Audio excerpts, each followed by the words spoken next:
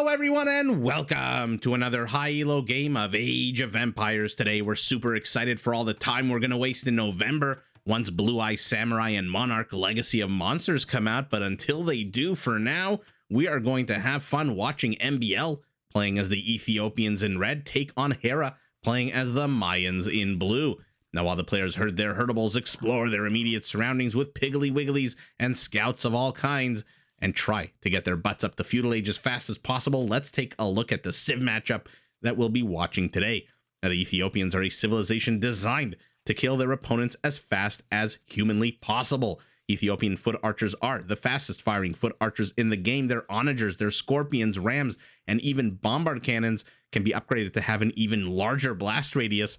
And their unique unit, the Shotel Warrior, is a lightning fast, incredibly strong, but overall kind of fragile infantry unit that only trains in 4 seconds once you go up to the elite form. Now, to help strengthen their army on the field of battle, both Shotel Warriors and Camel units from the Ethiopians can be upgraded to take less damage from all mounted units in the game, whether melee or ranged. Not exactly something I'm expecting to see against a Mayan opponent. I believe the only Meso Civ that does not come with redemption, correct me if I'm wrong in the comments, but I believe the Mayans are the only ones among the Aztecs and the Incas and the Mayans, obviously, who do not get redemption, therefore can't convert any stables and cannot produce any cavalry. So the Royal Heirs upgrade not exactly the most useful in this 1v1. Now, to support the Ethiopian military endeavors out on the map, they do get 100 food, 100 gold for free every time they go up in age, and we'll keep an eye out on the top left of our screen to see that happen in real time. They got the pikeman upgrade for free, which does save them about 300 resources, and their economy, their villagers, their basically everything is much harder to raid because their outposts come with a massive boost to their line of sight and no longer cost any stone. Now, to the east, we've got Hera playing as the Mayans, very much a civ that pushes its players towards archer units.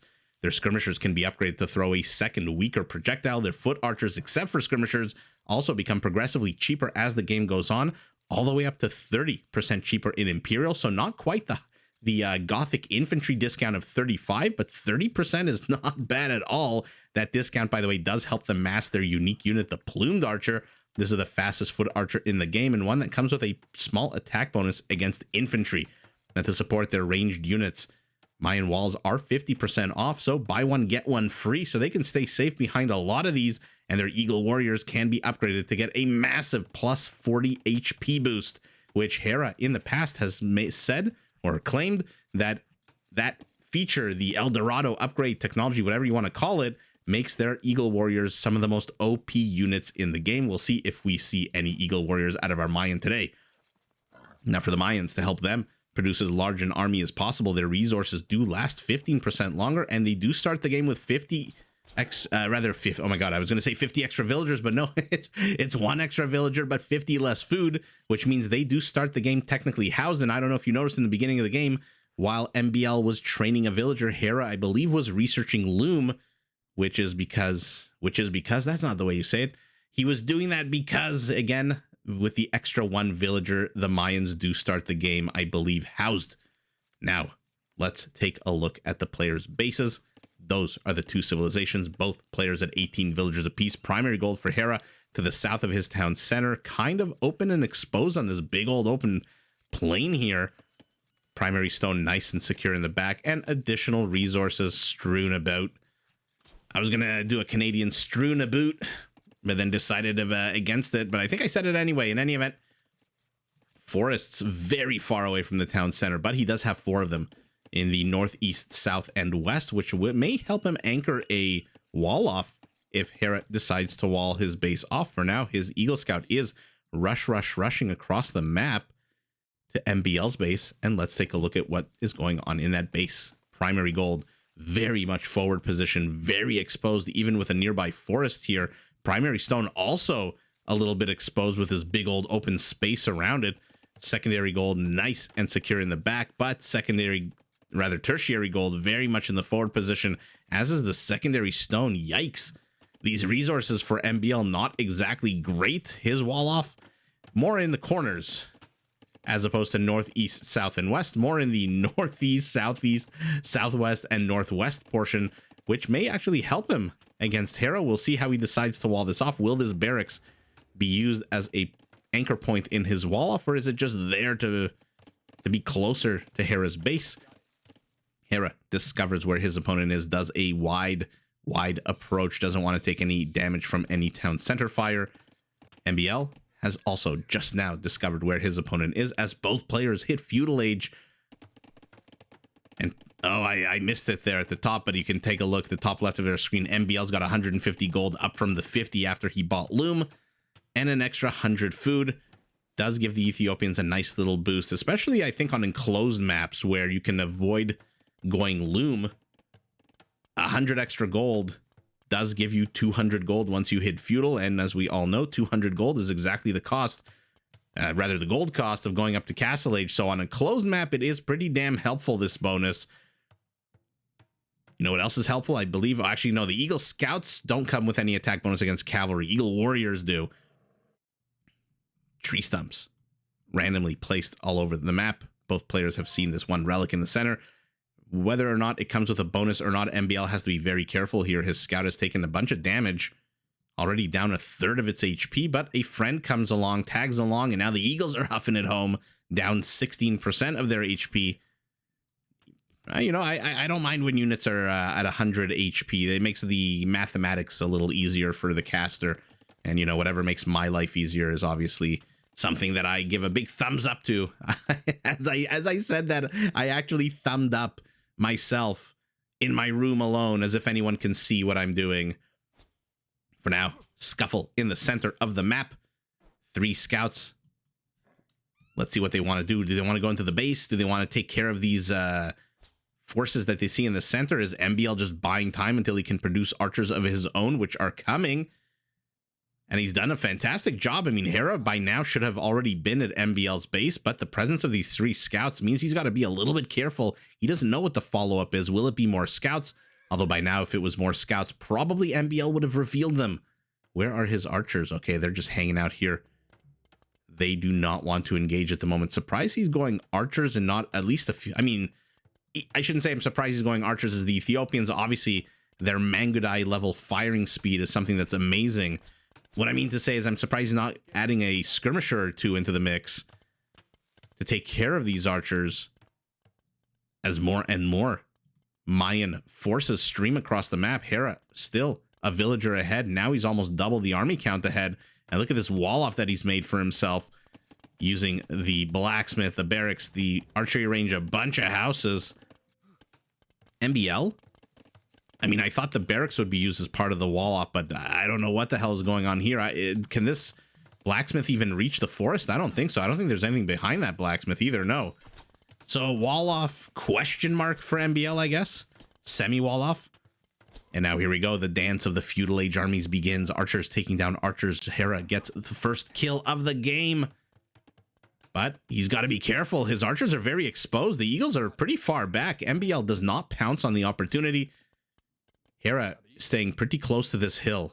Fantastic play by him. Always good if you can add an extra 25% damage to your opponent and take 25% less damage from your opponent. I mean, this is a pretty big army here. That being said, MbL is caught up. Defender's advantage, and now he's finally starting to add skirmishers into the mix. So not bad, right as Hera adds a skirmisher into his mix. Okay. So we're going to go in different directions, I guess. Hera's got to be careful here. Or maybe not. The north part of this, again, is not walled off. Had it been walled off, he would potentially be trapped here. Archers taking on archers. Scouts taking on scouts. Who will prevail? It looks like MbL's archer units are winning it, but it looks like Hera's infantry units are winning it. Will he get the, oh, look at the archer blocking the path to the skirmisher. Fantastic play out of MbL. He saved the skirmisher with the quick thinking archer block. Fantastic. Man, oh man, I have a, when I started this channel about a year ago, you know, I stick by what I say, where Feudal Age armies are not, generally speaking, at least in the games that I've seen, anecdotally. I don't know statistically if I'm in the minority here or in the majority, but the games I've seen, Feudal Age armies don't really decide the game. Both players just kind of, you know, play around a little bit. They kill a few villagers. They go up unless some kind of major opportunity presents itself. Unless some kind of major killage happens. And look at the armies now, 11 kills, or rather the kill count, 11 kills to 11. So I don't think the outcome, for example, of this battle, whoever survives this battle is going to survive with 2 or 3 units. So it's not going to determine the trajectory of the game. That being said, I have come around full circle. Or rather half circle, I guess. Full circle would put me back to where I was originally. I don't know what the expression is. I've come half circle, full circle, whatever it is. I've changed my mind about micro in Feudal Age. I am in love now with micro age in the Feudal Age. Things like blocking the path of the Eagle Warrior with an archer unit, knowing that that Eagle Warrior has been set to attack the skirmisher, was just a work of art, in my opinion. It was just absolutely fantastic. Later on in the game, there's different types of micro. You know, once you have armies that are 30, 40, 70 in size. But when you have armies that are 3, 4, 8 units in size, man, does the micro come out so much more noticeable. You guys understand what I'm saying? Did I explain that properly? As Hera retreats with his army, both players, again, 13 kills to 12. Nothing has been decided. No villagers have been killed in the making of this video thus far. And Hera is just huffing it home. Let's see what the players are doing while they disengage. We saw a second archery range going down for our Ethiopian, the stable, the barracks in the forward position as well. Again, kind of like untethered here in the middle of nowhere. He's got a market, he's got a blacksmith, he's got an archery range, a stable, and a barracks. One of everything for MbL. Like the old joke about the Dalai Lama that orders a slice of pizza or a pizza and they ask him, what do you want? And he says, one with everything. Villager needs to be reallocated ASAP. But again, one thing I haven't changed my mind on is wall-offs like this. How the hell is MbL supposed to defend this if this comes under attack? I mean, I'm glad he put a house here and not a palisade. How many people would just have put a palisade here and not a house? But still, 750 HP is not a lot, and the nearest villagers are here, which means they have to go all the way over here.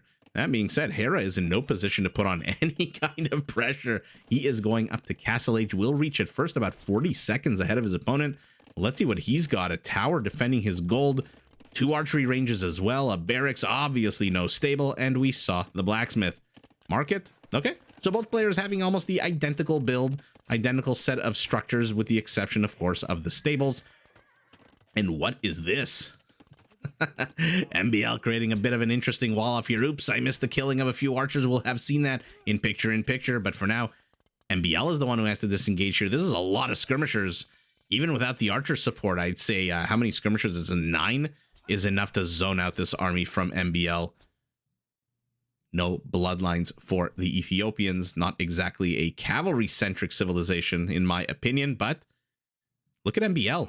Look at MbL using archers that are half dead to try to distract Hera from moving forward. But Hera's in castle. We know what that means for an archer civilization's immediate conversion into crossbows. I pretty much expect the same thing out of MbL.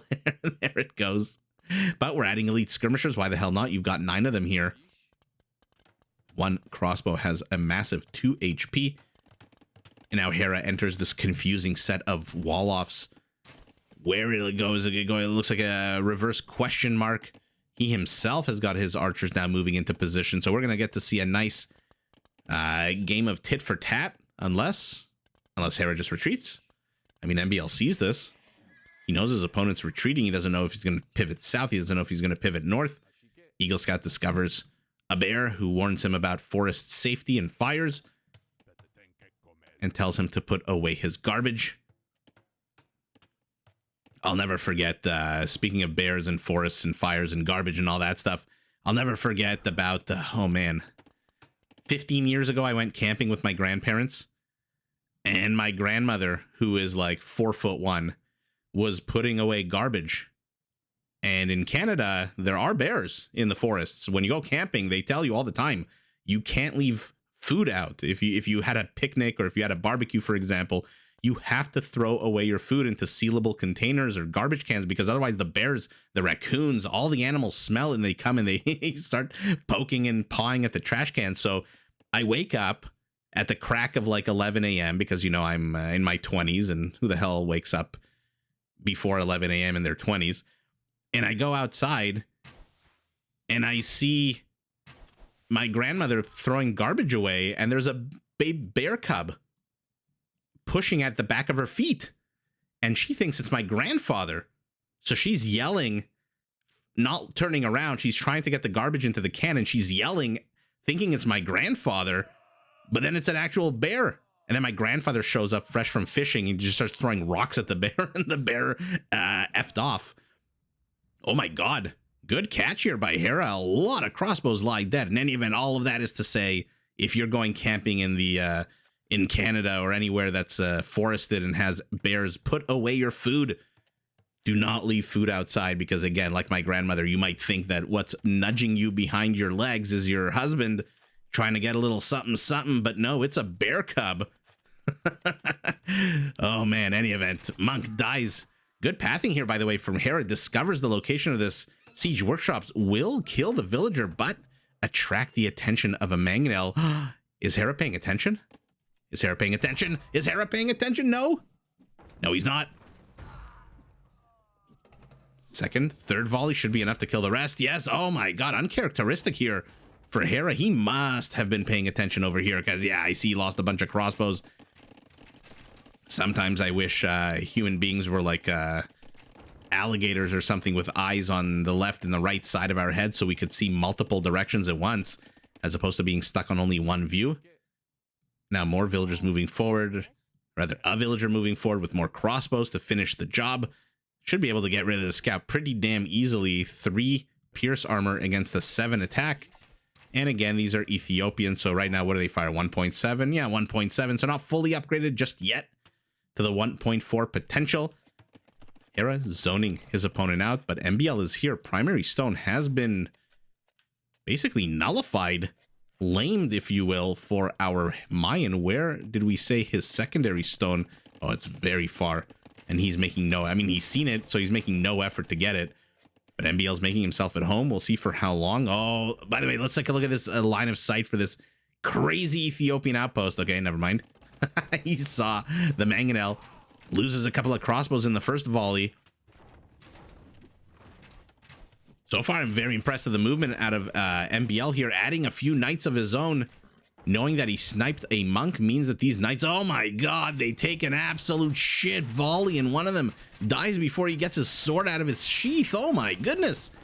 Look at the line of sight of this outpost. Look how far it reaches. That is insane. Oh, what's also insane is losing 2 mangonel, but you did take 2 mangonels of your opponent out, and now Hera has no siege left. He's got to rely on ballistics in 50 seconds, on 10 army count, that is archers and skirmishers, whereas MbL's building 3 mangonels. Hera, having lost control of the north, by the way, is pivoting south. Okay, now he's going to take the stone.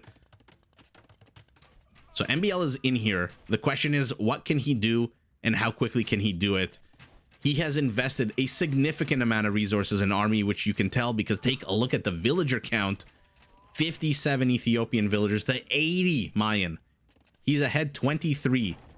Almost 50% ahead in villagers. Maybe a little less, maybe 40%. Between 40 and 50, I believe. Sneaky mangonel moving in from the left. MbL sees it, gets a bit of damage off. Oh, Hera should get that. No, oh, just got the tip of it.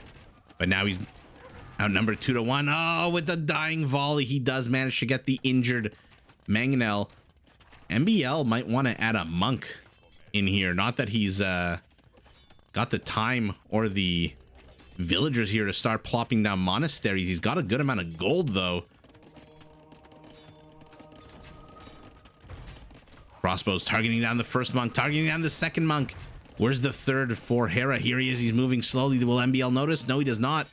Doesn't notice, or does it, or notices and realizes he can't really do much about it.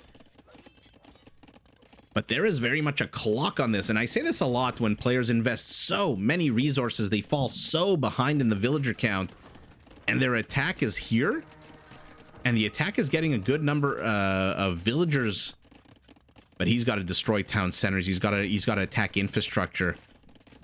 He's got to get things done right now, and right, oh no, exposing his mangonel to town center fire, not something you want to do. By the way, where's his villagers? It's still here? Yeah, there she is. Where is she? Oh, she's repairing the mangonel. It kind of looked like this villager killed the knight, but I think I think we know that's not the case. Even a university right now is not exactly the high-end target.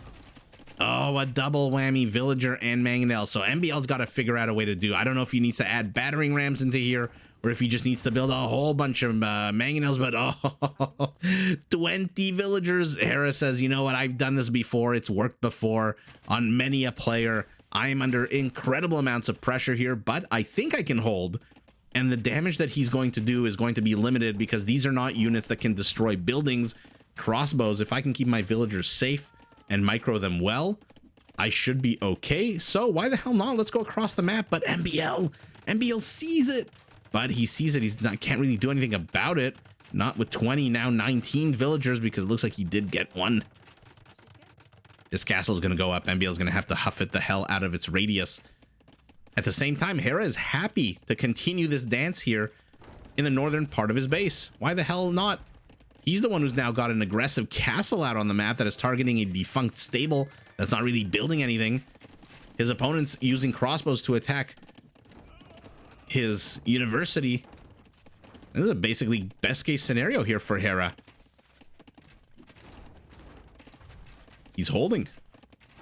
I mean, using skirmishers to attack mangonel is not exactly ideal, especially not when all it takes is just one volley, but these guys are just bait. They're just here to last. They are a meat shield until the mangonels of his own can come forward, and uh-oh, bye-bye mangonel for red. Okay, both kind of taking the tips off each other here. Red, oh, red's so lucky there. But it looks like Hera's going to lose his mangonel. Okay, so again, the tit for tat continues. Crossbows moving in here. Oh, he says, you think you can take my stone? You think you can come into my territory, take my secondary stone? Hera says, yeah, F that. I'm not risking my villagers. Immediately plops down a bunch of farms. But at home, MbL is starting to depopulate certain parts of Hera's base. That being said, I mean, look at this.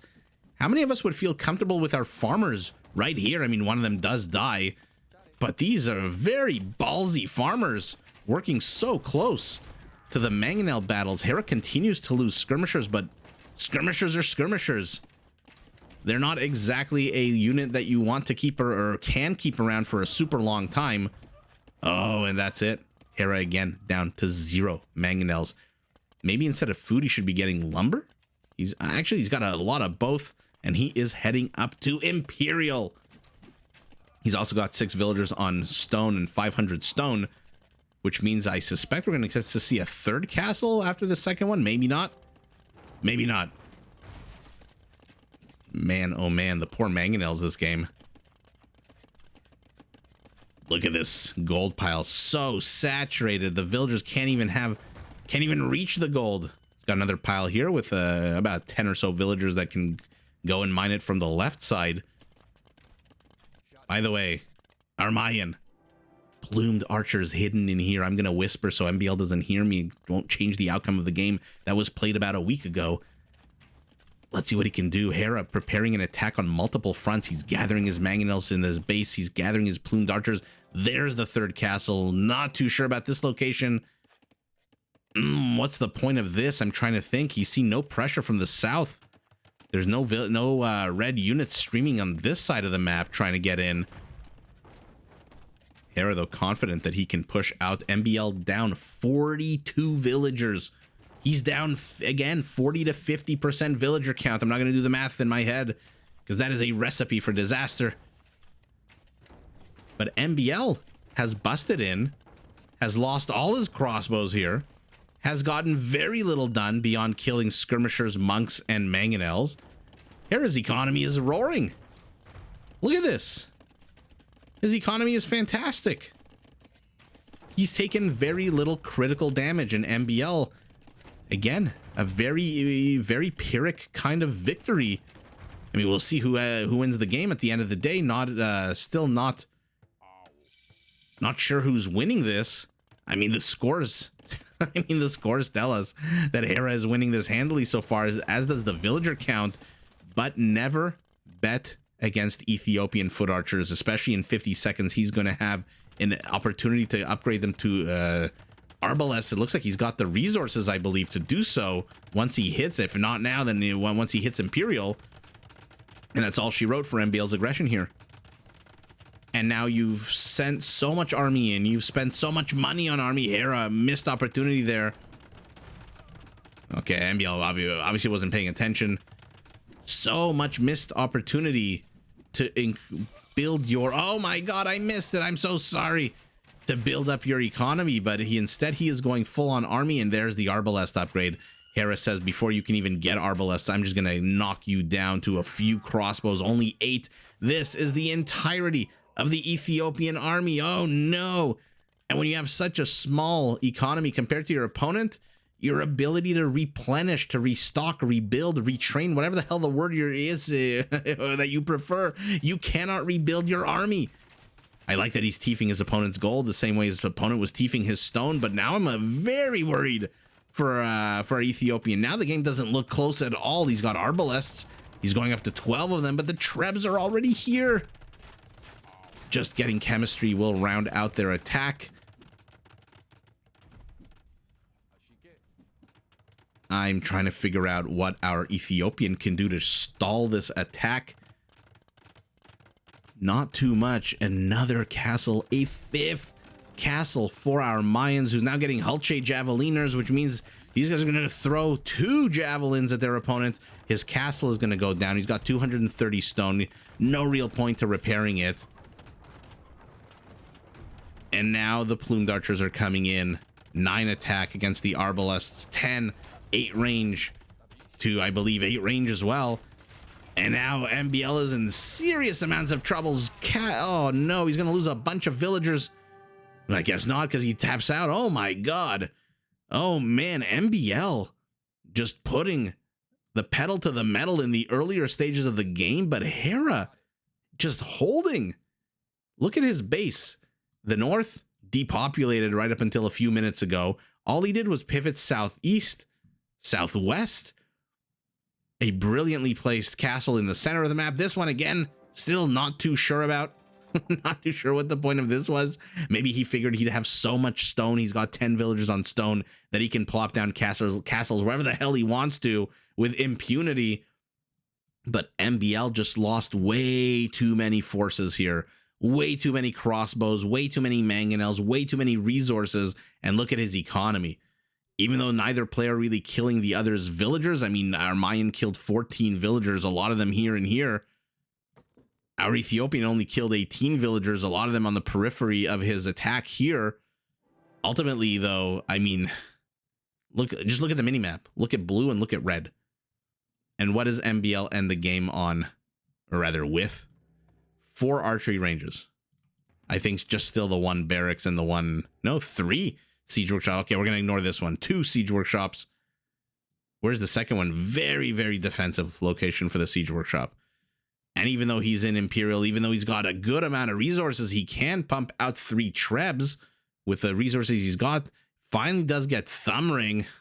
What a sour time to GG right after your... I mean, look at the seconds between attack. 1.4 seconds. Mangadize on 2 feet, basically. Dismounted Mangadize, these Arbalests.